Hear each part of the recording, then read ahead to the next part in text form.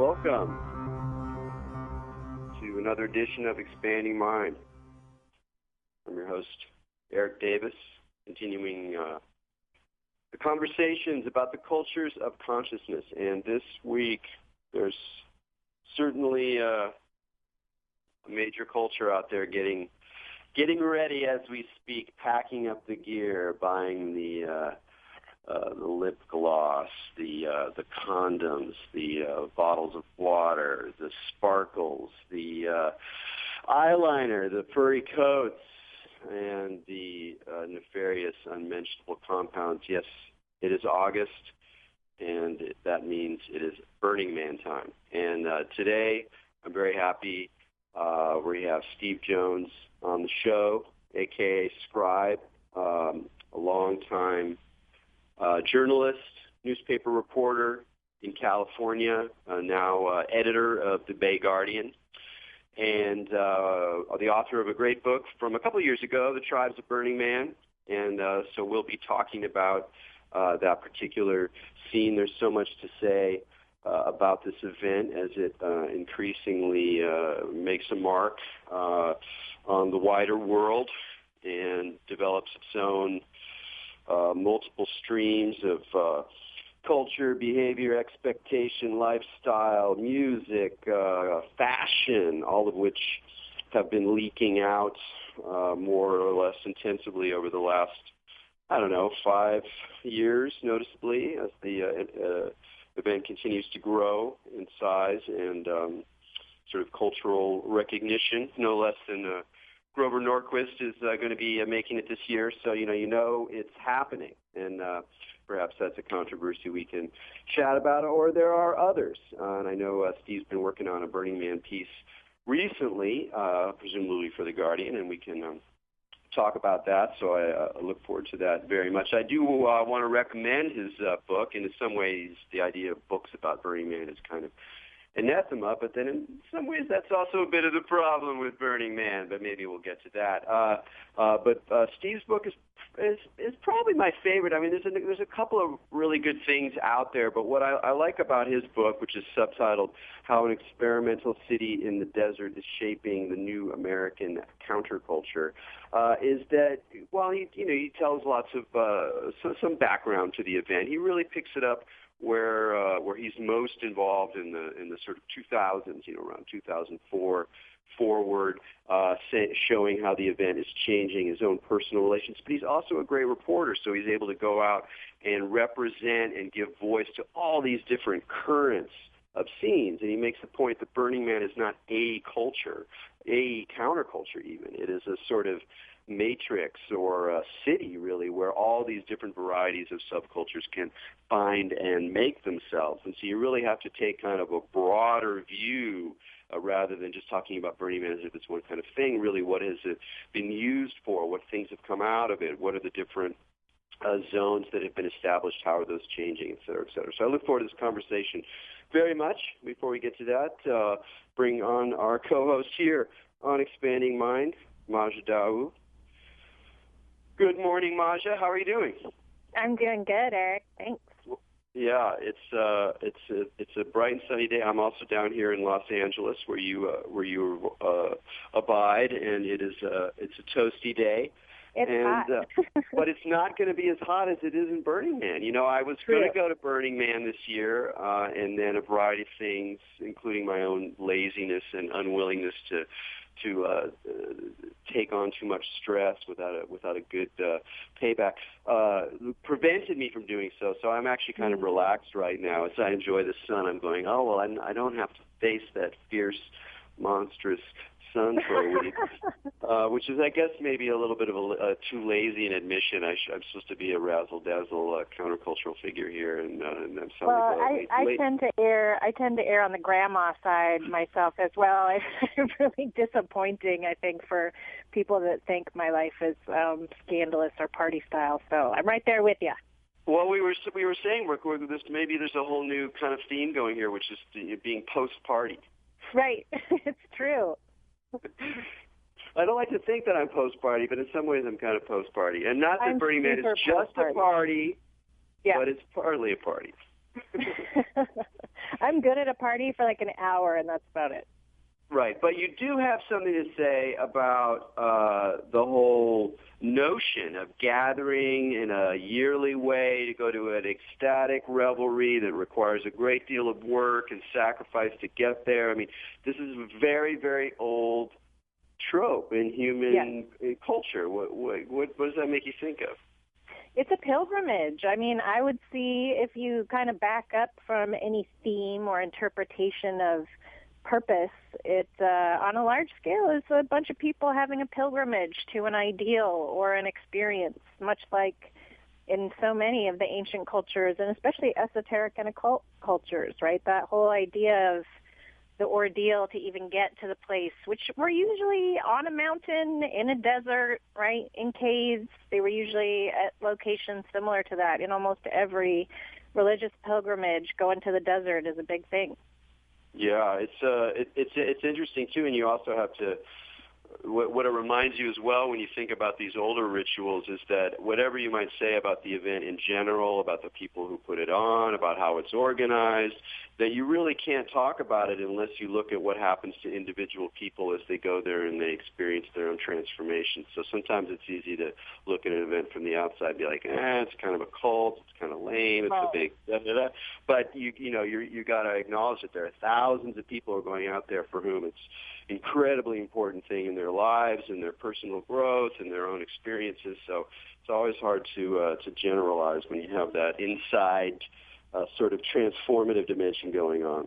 Oh, and you can just see it as energy too, right? Like anytime you get that many people all focused or concentrating on a single thing, that's undeniably going to generate energy, like going to a rock concert or, going to some sacred site. There's going to be, and even just in that place for how many people have already been there, like it's accumulating this sort of energetic, signature on the land from just so many people going to that spot.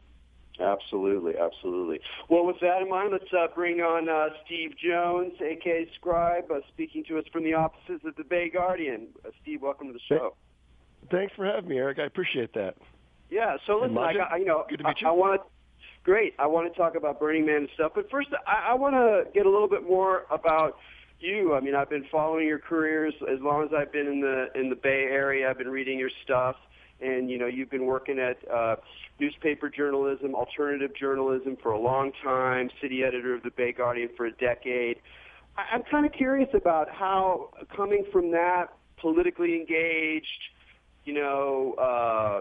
journalism, reporting, how that kind of led to your interest in Burning Man. Was it something that you went out there personally for? Did you see it as part of your sort of overall project as someone covering California in a political way? Yeah, I mean, I think I did come at it as a political journalist. I was someone who had some interest in the event. I'd been before. I started going in 2001. But it was really at the end of 2004 when there was this big local standoff here in San Francisco that became known as the Borg 2 standoff, where there was a number of big figures from the event. Chicken John, Jim Mason, a whole bunch of artists had signed a petition that they ran in our newspaper saying that we want more of the money going to art, more of a focus on the art. They felt like the sort of party had subsumed the art part and that it had strayed from his roots. I, as a political journalist, just saw it as great sort of existential conflict at the heart of the event.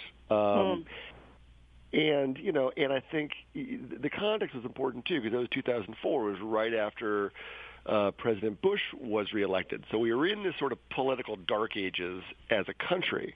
So I think I saw the real potential in this, experiment in urbanism and community, and I thought it had real potential, and the conflict was interesting itself with lots of colorful characters. So I set off doing a series of articles that then really started to snowball, because around 2005 was when the event really re-engaged with the world more. That was when The art started to come back on display in San Francisco. That was, that fall was when Hurricane Katrina hit New Orleans during the event and led a whole bunch of burners to go down afterwards and set up an encampment and do hurricane cleanup for the next 9 months. Yeah, let's talk about that moment a little bit, because for me that was one of the more interesting. A nice thing about your book is that you spend a lot of attention on some of the larger, let's say, political dimensions and conflicts within the event, and there's a number of really fascinating ones that happened during that period. And for me, Katrina is of course one of the more remarkable. I was there that year, and one thing that people have to kind of grok is that news of the event was filtering back while people were on the playa, and it took on very intense proportions. For some people it took on a kind of apocalyptic sensibility. If it wasn't that extreme, then it was also a sense that some kind of, real karma was coming down, and also something that Burning Man, because it was happening at that time, because it was a kind of synchronicity, had to be responded to in kind. And that response, whatever the particular details, or the overall, it seemed like Burners Without Borders and the response to Katrina was a remarkable thing. It really became a site of how this event could do something more than just be a party, or even just be an art event, that it could go out and have direct social force, that there were particular learning sets, skills, intentions, a lack of bureaucracy, a DIY attitude that could have distinct political effects. So it's a very interesting discussion. I would like to hear you, because these issues are so important to your work, riff on a little bit about, okay, we saw that moment there. What's happened with that legacy? Where have you seen that aspect, whether it's just groups inspired by Burning Man or the organization itself or other regional burns, sort of taking that? What are the challenges with kind of building on that momentum that came out of Katrina in 2005? Well, I think when that happened, there were a number of people in the Burning Man community that were anxious for it to evolve and become something else. And I think that's, wow, it's such a dynamic event, and it's different every year because it's built by those who go. The actual structure of the event is people think is fairly calcified, right? It doesn't evolve, and I think people saw that as an opportunity for it to evolve. Saw okay, we've shown that our skills are applicable off in the real world. We're in a country that is hungry for some kind of new ethos, this new sense of empowerment, something that comes from our communities. And so I think there was a real sort of hunger for that, and in being in regular conversation, with founder Larry Harvey all through those years, I think he was anxious for it to have that sort of greater socio-political relevance as well. And so I think a lot of my book and the reporting I did on the event over those 5 years that led to the book saw it going in that direction, saw the potential there. And I think in many ways the event sort of broke my heart a little bit, because I think it sort of chose not to evolve in that direction. It chose instead to become a bigger and bigger party. Yeah, and I agree with you, and I want to stay on this issue because I think that's really important. Now, it's always hard to talk about this stuff with all subcultures, because you get involved at a certain earlier phase, you have your own enthusiasm, and then there's the problem of jadedness, there's the problem of seeing reality of how things actually work versus how they could be, blah, blah, blah. And particularly, again, with Burning Man, because there's so many different people and there's so many different kinds of experiences there. And yet I have the same feeling you do. I have the sense of calcification, of a kind of too much on the party. And however amazing parties can be, but the question I have is that, do you think that this is more a result of conscious decisions that were made by the organization, other leading players in the scene, major camps, et cetera, or was it in a way just sort of overwhelmed by its own kind of success at making an amazing party, that like as if there's sort of, it's a more anarchic environment beyond a certain level of infrastructure, and that it's just the power of the party won more because that's what people wanted or that's what people were bringing. How much of it was a kind of intentional or a missed opportunity that could have been done consciously and sort of with an intervention to push it in a new direction? I think it's a combination, and I think that the organization itself didn't want the event to evolve. They didn't want to give control over the event back to their communities to have greater community buy-in, which I think could have helped that evolution. It's ironic that for an event that derives its value entirely from the volunteer efforts of the tens of thousands of people who go, that it's still a very top-down structured event as far as like how many people are going to go, whether how it's going to evolve to deal with the increasing number of people, with all the problems that causes as far as just people getting there and back, and I think that it's. I don't want to discount also what you were saying earlier, that it's still a very powerful, transformative event for a lot of those who go, particularly when you're going to your first one or your second one. And I think that I think it is chosen to kind of be that rather than evolve into something else.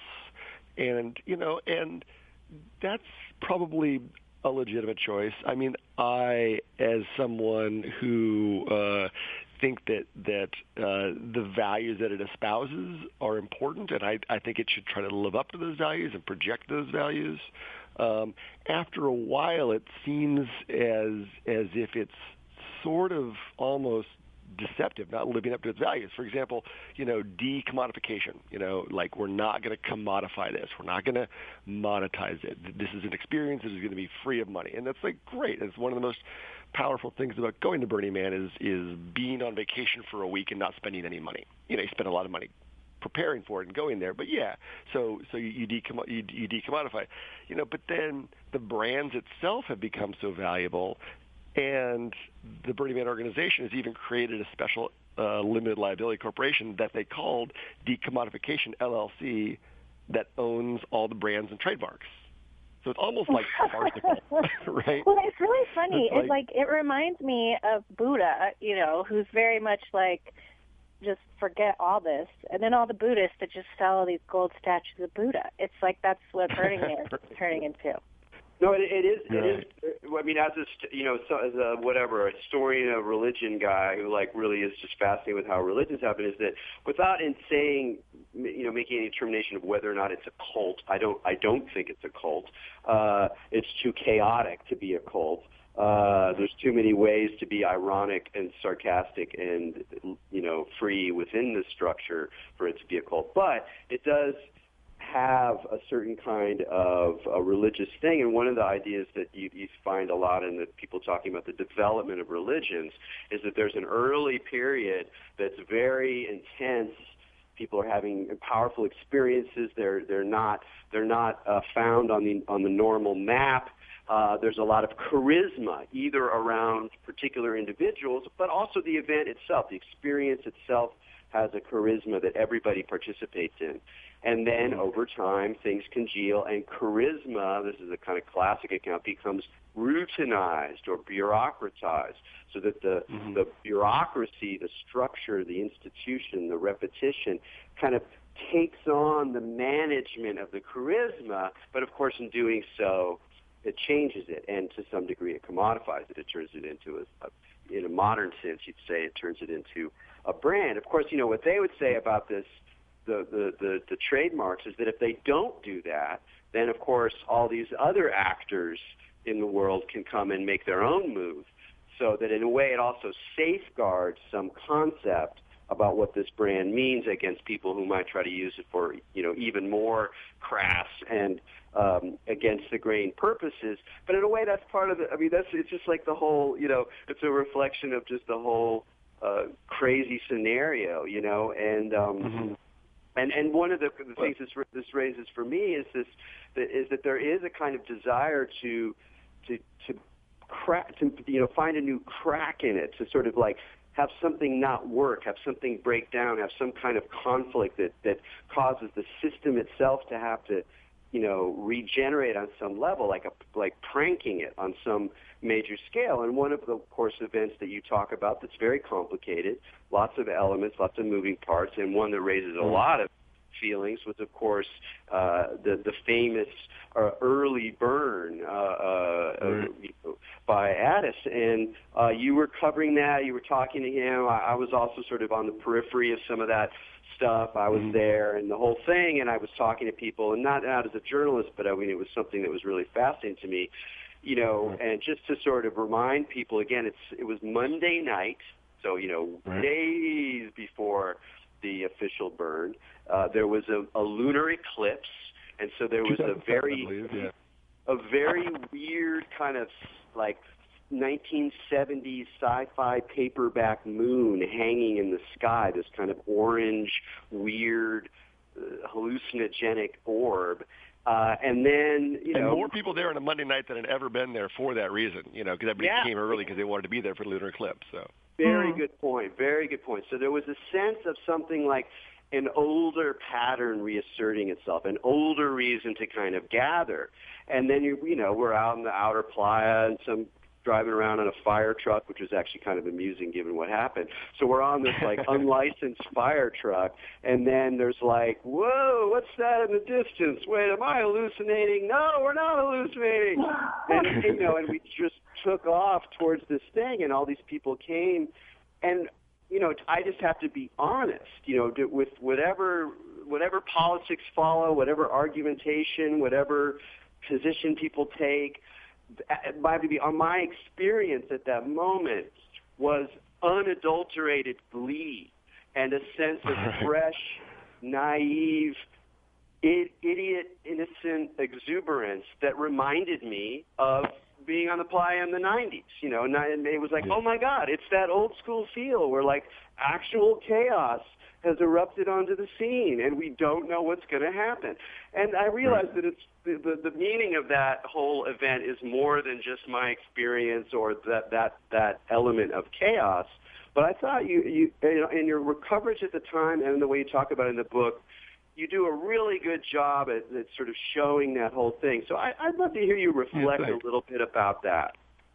Yeah, I mean, I think the way you set up that story was really good because I do think like that is sort of this like fly in the ointment. It is this opportunity for Burning Man to be, off script, to like, what are they going to do now? And this thing happened, and, Burning Man talks a lot about its community and a lot about, and obviously it's such a community-based organization, but like, I think in the wake of that, nobody felt a sense that like the community was going to decide how to respond to this. It was more or less, those, in the, Larry and those in the sort of central course, they just ordered another man built. They ordered the wood, ordered another man built. And I think it just struck a lot of people as like, it was good or it was bad or it was whatever. And certainly everyone was talking about it that year. I mean, why not have some kind of town hall meeting on the playa? Why not have some kind of like really sort of authentic exercise in community? And part of it is because, and I've spoken with Larry Harvey a lot about this over the years, he doesn't like democracy. And he doesn't want, like he thinks it's really messy, because, like, he doesn't want democratic structures to be part of Burning Man. He thinks it's easier if he and those around him are just sort of in charge, and then and they will argue that, there's a democratic character to everything that comes because people decide what to bring and all that. But that's not really, it's the old thing, like, democracy is messy and horrible, but it beats the alternatives, right? And I think there was an opportunity there for, to at least, even if they already knew what they were going to do, like, go through the motions of hearing people out. I'm from San Francisco. We're very big on political process and making sure people feel heard. And even when the fix is in at City Hall and you know what's going to happen, at least we're going to have the hours-long hearing where everybody's going to bitch and moan and shout and feel like they're able, like their voice matters and that it is some kind of exercise in community. And that didn't happen there. And I think that was a pivotal moment in the Burning Man evolution. That was a moment when, it could have gone one direction or it could have gone another.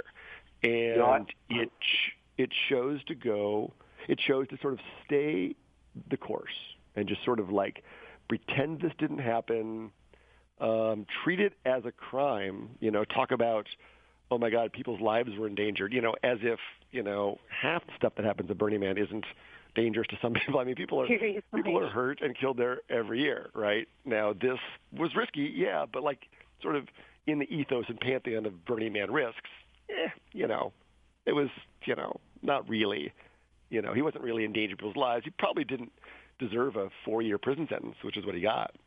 So, yeah, no, it's a remarkable that whole element and just the sense of it was a fascinating political moment. For me, it was also the point at which I just kind of went, oh, okay, this is the way they're going. Great. Yeah. That's the line was crossed or whatever. The opportunity for some, as you say, even a performance of a different kind of response. And there's been a couple of moments like that recently. I mean, there was that one, and then there was the moment that occurred as my book was coming out, really, when they decided to, as they said, convert it to a nonprofit, turn it over from an LLC to a nonprofit. And that was sort of is not really what happened. It was a deception. It's still as top down as it ever was, even if they've sort of pretended that it's been turned into a nonprofit, because they turned it over to a nonprofit with a hand-selected board based on who could make the money. They all have fealty to the organization. In fact, there's this new book that came out about Burning Man that's actually written by one of the board members.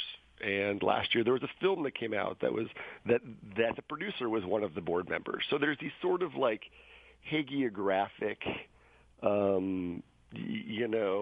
really what's striking a lot of people as sort of traditional sort of corporate behavior, and not propaganda. What I would expect from an organization that espouses the values that it does and has these principles that really go against that sort of way of organizing society.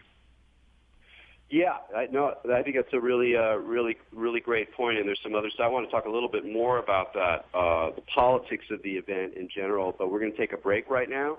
You're listening to Expanding Minds, Erik Davis and Majid Daou. We're talking with Steve Jones, editor of Bay Guardian and author of Tribes of Burning Man, and we'll be right back.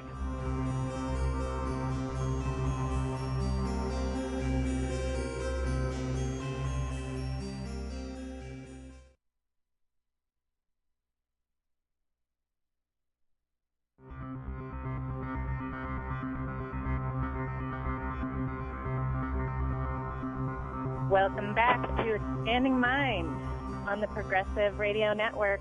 This is Majid Daou. We're talking with Erik Davis and Steve Jones about the politics of Burning Man. So if we kind of look at this generally, what we've been talking about, essentially a bunch of people tried to set up an event that existed outside of the paradigms of regular political, diplomatic structure, and then established a thing, and then it turned into this other thing, and then they went into the paradigm they were trying to fight against in order to establish it within the already existing paradigm, and then from there it kind of crumbled into this great big party. So what's interesting is since it did choose to go in the party direction, like we've been talking about, like the implications, something you mentioned earlier about just looking at like what effect that has on the actual people who are participating, and kind of like even though it is top down and people are making these choices, I'm curious, Steve, to know what you think about, because there is just like the participants seem to be an important part of Burning Man. Like they're all volunteering, they're all making it, like they're creating it. So in a sense, if we do have this structure that's imposing this kind of party theme, and then there are like a lot more party people going, what like effect does that have on the artists, philosophical participants? Is there like a revolution that will occur within it, do you think? Or will everyone just kind of secede to the party direction, even without the ability for them to complain? Does that mean like everyone's just going to kind of go with it? Or is there going to be like a civil war in Burning Man? Well, it does appear to be most people just going with it. Correct.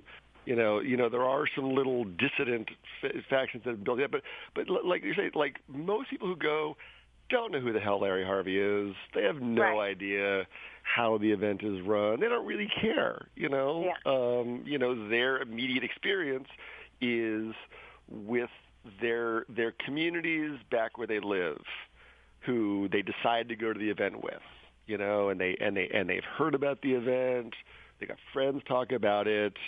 You know, it's this libertine place where you can run around with no clothes and do drugs, and there's great art, and oh my God, did you hear that my favorite DJ is going to be there this year? And you know, it's for the average person going, that's it. You know, those who then begin to engage on a deeper level, who are struck by it, by the experience of this experimental city.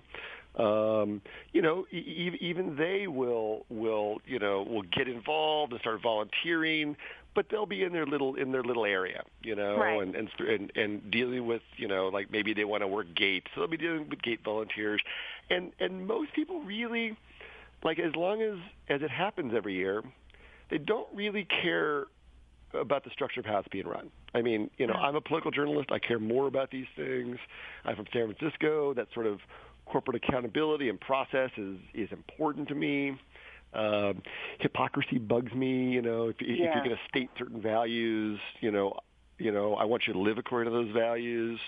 Well, it's pretty crazy just because, I mean, with Burning Man, they do espouse like a kind of, a loose philosophy on things. So the hypocrisy is definitely a situation involved there, no matter what you think about the entire situation. I mean, don't you think? Well, and it isn't even a loose philosophy anymore. Now it's just clearly defined 10 principles, you know? Right.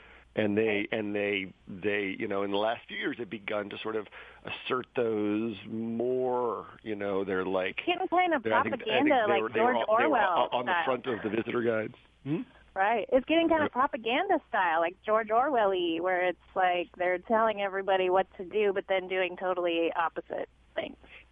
Yeah, it's a little weird in that way. You know, and I mentioned earlier that Decommodification LLC controls the commodities that are Burning Man, you know. So I think that like a lot of people, you know, who begin to go for several years and learn more about this and feel its potential and are disappointed. I think people tend to sort of after a few years fall away, or those who continue to go year after year. You know, they're more vaguely libertarian, or they're focused on the art, or they don't care that much about the event, you know, as this experiment in urbanism and community. It's just this kind of cool thing to go do. Right. I want to ask you about this structure thing, because I think you've laid it out very well, and it's always an interesting question. How do we judge the value of a political situation? For those people who go, they have politics with their camp, they have politics with like maybe they're a greeter or they're a Black Rock Ranger, and they have to make certain decisions, and there's collective problems and processes. So it's still the case that if people go and get involved, and go a number of years, there's still this kind of process of engaging collective decision-making, resources. There's still a very interesting thing that can happen to people, and yet there is this sort of larger structural question. And I really like the way you phrased it. So you're a political journalist, you're interested in these structural problems, you think that way, you look at the world through those issues, and yet that's a very minority position, and probably, I don't know, increasingly so. Increasingly, it is a minority position. Very much so, and I found that out a few years ago when I began shouting about the sort of misrepresentations and how the conversion to the nonprofit would happen, and the fact that Larry frankly admitted that they were going to be that the 6 board members were going to be giving themselves large secret payouts that they weren't going to disclose. Now I hear that, I'm like, you're kidding me, right? Like, and even talking about how when they're going to a nonprofit, like they're dealing with corporate consultants, and they're saying, okay, so Burning Man is valued at $26 million because that's what the ticket sales are every year. So we divide that by 6, and so each board member's got that much equity. I'm like listening to that, going, what are you talking about? Like if people stopped going, it would have no equity because all of its equity comes from the volunteer efforts of those who go. So how do you 6 claim the value of that? And but they do, and they end up making all the important decisions. For example, a couple of years ago they decided because they're butting up against population issues to increase the population cap to 70,000. Now that's a big decision, and those who went last year saw at times and places on the playa where it was kind of a shit show. I think I could say that. This podcast. You felt this larger population, and maybe that's good, maybe that's bad. But again, for an event that claims to be a community-based event, maybe we should have all been able to weigh in on that because there were other options. You could have done do you feel there was a second week. Was there a correspondence between them upping the allowance of people in there and it going in the party direction? Did those both happen at the same time?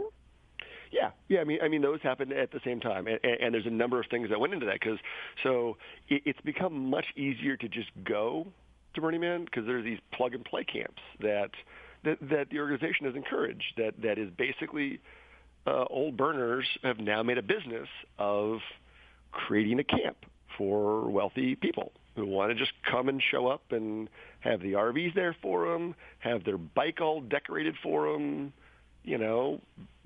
drug stash in the glove box, whatever, and it's now and to a lot of people who have been going for a long time, that notion is very counter to the central ethos of this sort of duocracy, where it is Burning Man has always been based, and the whole reason I chose the tribes of Burning Man for the title of my book is because camps, tribes, that seem to be the sort of essential building block of the city, that you get with your people, you decide not just how to provide for your own needs, but what you're going to give to the whole city.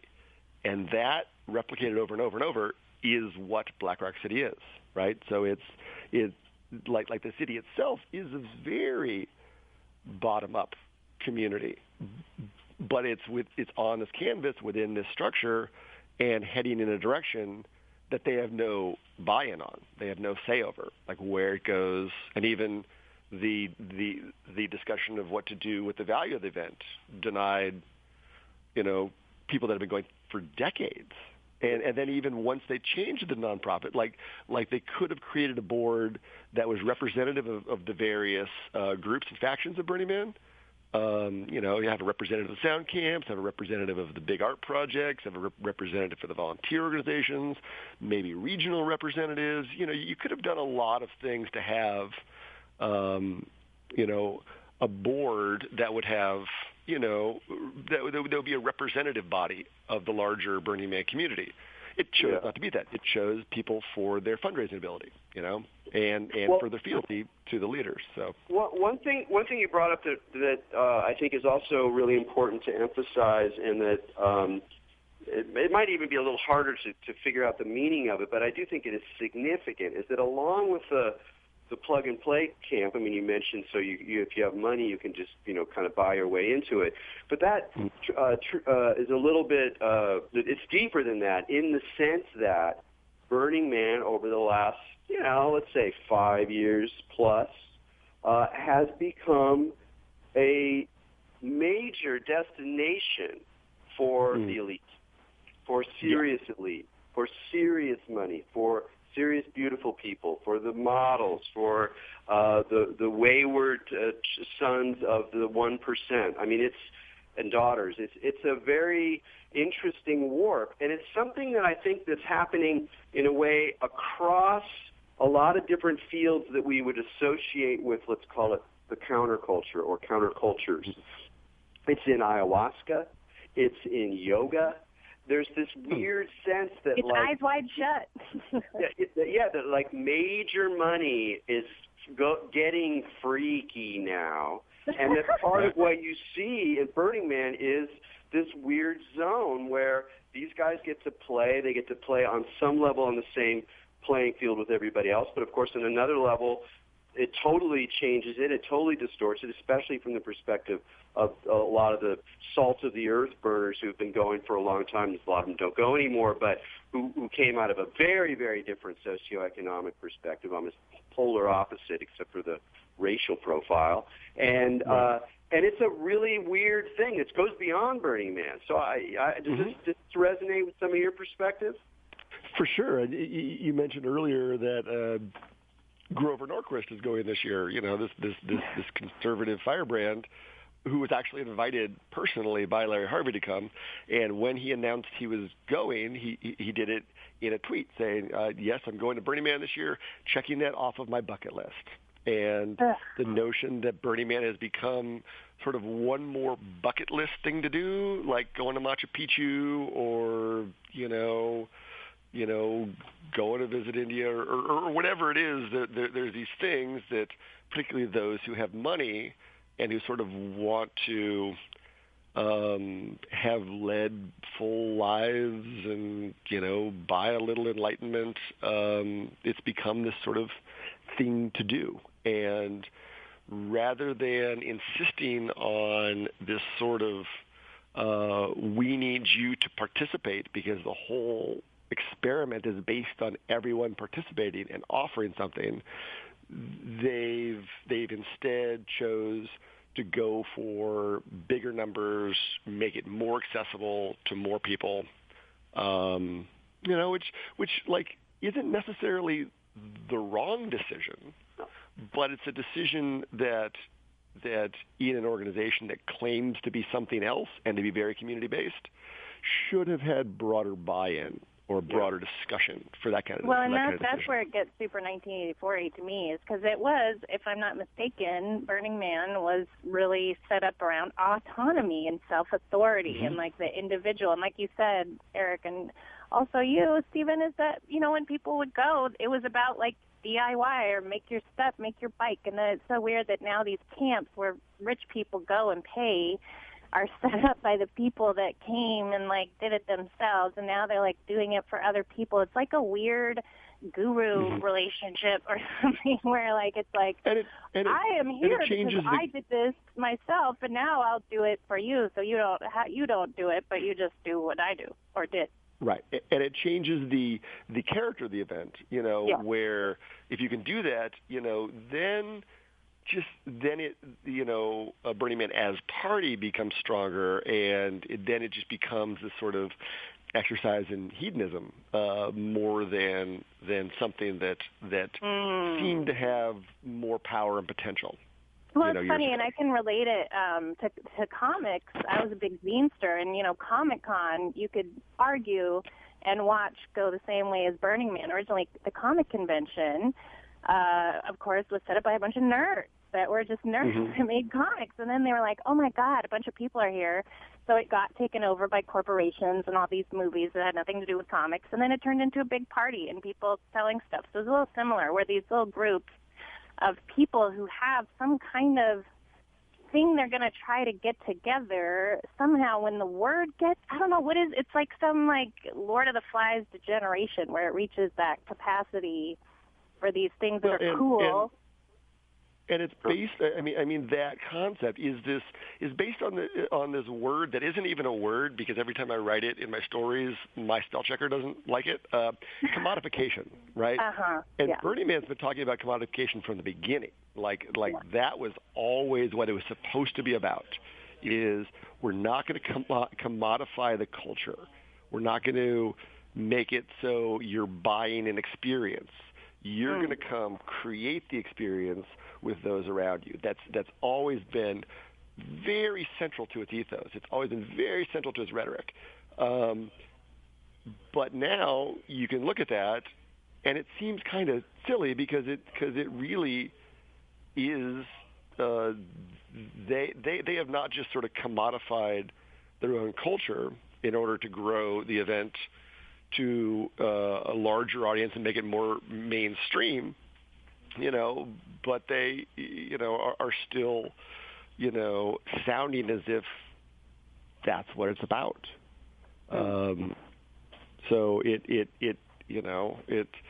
you mentioned sort of Orwellian earlier. It seems a little Orwellian. It's sort of like,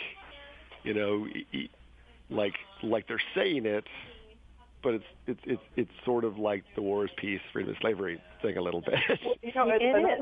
Another side of it is also the whole relationship to, let's call it libertarianism.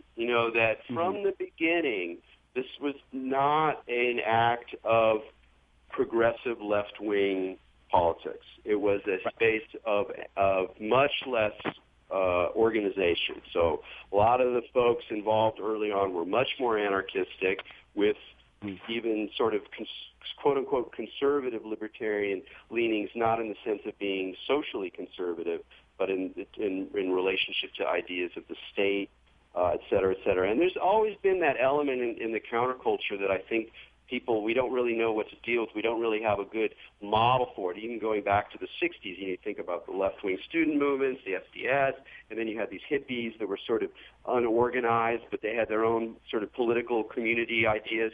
But there was also always a very strong radical freedom, like libertarian element to the counterculture, to the whole idea of libertinism. And so when I've looked at like the politics of Burning Man and how it's gone back and forth between these kind of, it's like there's a communitarian rhetoric about community and coming together, but then if you actually look at it, there's a little bit more of a kind of corporate libertarian perspective. And so there's the fact that Norquist is going there, it's not Jerry Falwell or whatever. I mean, it's a libertarian guy who's going to go there. And, one of the great chroniclers of the event, Brian Doherty, is a libertarian and has very strong reasons for seeing Burning Man in a current of libertarianism, rather than in some of the more progressive, collective, state-oriented, interventionist kinds of perspectives. And so sometimes I just think that that's also part of what's going on, is that there are different kind of countercultural models of politics that are getting played out, and the one that has managed to make it is the one that, like the corporate libertarianism that runs,